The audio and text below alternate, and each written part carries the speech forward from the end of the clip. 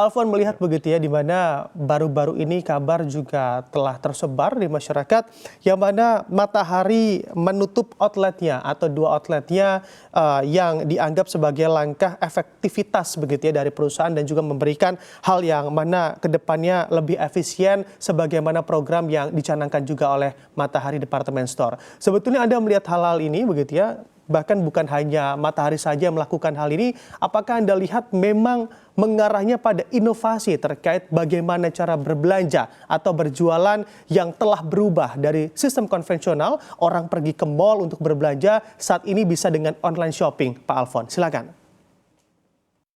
Ya, terima kasih Mas Bram. Jadi saya kira ada beberapa faktor. Jadi pertama yang ingin saya sampaikan adalah penutupan gerai ataupun toko department store ini saya kira bukan kali pertama terjadi. Ini sebetulnya kan sudah terjadi sejak beberapa waktu yang lalu. Seperti contohnya Lotus Department Store sudah sejak beberapa tahun yang lalu. Kemudian Sentro Department Store juga sudah menutup usahanya, terus kemudian juga Golden Truly Department Store juga sudah tutup. Jadi penutupan ini bukan kali pertama terjadi, begitu sudah sejak beberapa waktu tahun terakhir sudah terjadi. Artinya apa? Jadi saya kira dapat disimpulkan bahwa bukan hanya sekedar barang impor ataupun juga daya beli. Itu betul dua, nanti saya ingin bahas lebih lanjut dua hal itu, tetapi yang sangat menjadi fundamental yang utama, penyebab utama saya kira terjadi tren perubahan gaya berbelanja masyarakat begitu, khususnya di kota-kota besar seperti Jakarta begitu.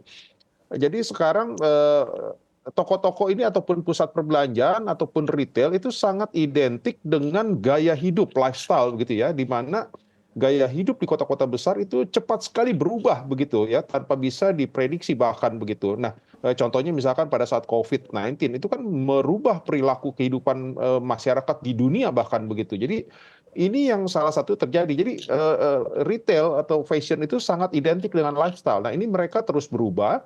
Sekarang itu masyarakat berbelanja, khususnya di kota-kota besar tadi yang saya sampaikan, bukan lagi hanya sekedar berbelanja, tetapi juga berbelanja harus ada experience-nya, harus ada journey-nya begitu. Nah, para peritel yang tidak bisa memberikan experience ataupun journey kepada customer-nya, ini akan ditinggal begitu. Inilah yang terjadi saya kira, khususnya di kota-kota besar begitu ya. Makanya kenapa sejak beberapa tahun terakhir ini banyak department store juga yang menutup usahanya secara permanen, bukan hanya menutup tokonya, tetapi menutup usahanya begitu secara keseluruhan itu. Nah, jadi saya kira ini yang harus dilakukan oleh teman-teman peritel, bahwa mereka harus bisa merespon perubahan gaya berbelanja masyarakat.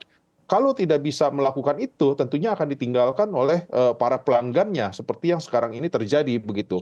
Nah, faktor kedua, saya kira betul daya beli masyarakat, khususnya di kelas menengah ke bawah, yang sekarang ini memang cukup terganggu begitu ya, sehingga ini tentunya mempengaruhi begitu kepada para peritel yang khususnya berada yang di kelas menengah ke bawah gitu ya. Jadi saya kira itu dampaknya.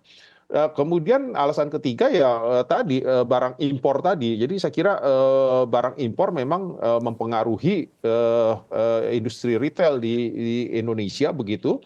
Terutama impor harus diperjelas juga impor yang mana gitu. Impor ini ada dua, ada impor yang resmi, yang legal begitu, barang-barang impor yang diimpor oleh para pemilik brand yang jelas, kemudian juga usahanya juga jelas, mengikuti prosedur secara jelas, membayar pajak, bea masuk dan sebagainya secara jelas, secara resmi begitu. Saya kira itu tidak terlalu mengganggu begitu. Justru yang mengganggu adalah impor ilegal yang sama sekali sampai dengan saat ini tidak diperhatikan oleh pemerintah. Jadi seakan-akan pemerintah membiarkan impor-impor ilegal ini ya. Jadi sekali lagi saya kira perlu diperjelas impor tuh impor yang mana gitu kan. Kalau impor yang legal saya kira tidak terlalu berdampak terhadap industri retail secara keseluruhan, tapi yang mengganggu itu yang impor ilegal. Nah, tetapi yang jadi masalah sampai dengan saat ini pemerintah hanya fokus mengatasi bahkan memberikan ketentuan, menerbitkan ketentuan pembatasan-pembatasan impor terhadap barang-barang yang legal begitu, yang jelas. Padahal yang sumber masalahnya itu adalah yang impor ilegal. Nah, ini yang sama sekali tidak disentuh oleh pemerintah. Pemerintah bolak-balik mengganti ketentuan, Permendak diganti beberapa kali begitu dalam waktu kurang dari 1 bulan bahkan begitu, tetapi tidak menyentuh akar permasalahan yang sebenarnya, yaitu impor ilegal tadi. Jadi saya kira inilah yang terjadi begitu. Jadi selama ini tidak bisa diatasi, saya kira akan terus berdampak terhadap industri retail secara keseluruhan begitu. Demikian Mas Bram. Oke, baik Pak Alfon. Pak Alfon, kalau kita tanyakan begitu ya kepada pemerintah, di mana pemerintah juga mengatakan bahwa mengatasi barang impor ilegal ini juga sudah dilakukan oleh pemerintah. Tapi sebetulnya apa yang perlu dikoreksi dan juga dievaluasi? Yang mana Anda katakan tadi, sejujurnya barang impor ilegal ini juga masih berkeliaran di pasaran. Saya kira kita tidak apa ya, maksud saya bisa terlihat dengan jelas begitu ya, bahwa barang-barang ilegal ini begitu banyak bertebaran di mana-mana begitu, baik yang itu secara offline begitu ya di beberapa pusat perdagangan bisa kita lihat sendiri, maupun yang secara online begitu ya. Jadi yang dilakukan penjualan ini secara online, jadi mereka ini barang-barang ilegal ini dipasarkan baik secara offline maupun secara online.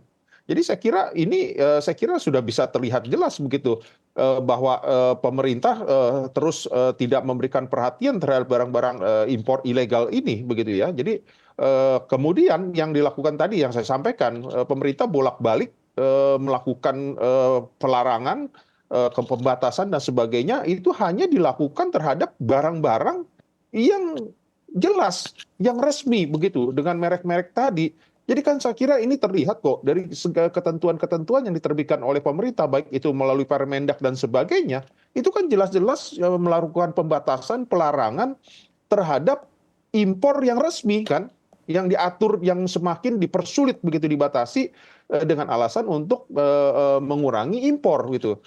Itu tapi kan kita tidak pernah melihat gerakan tindakan-tindakan pemerintah terhadap barang-barang yang ilegal, impor-impor yang ilegal begitu. Yang mana kita bisa temukan dengan mudah gitu ya di berbagai perdagangan, pusat-pusat perdagangan begitu. Bahkan di online. Jadi saya kira ini pemerintah bolak-balik terus ya merevisi peraturan, tetapi sama sekali tidak menyentuh akar permasalahannya. Jadi sampai kapanpun ini akan menjadi masalah, saya kira tidak akan terselesaikan. Karena sumber utamanya itu adalah impor ilegal begitu.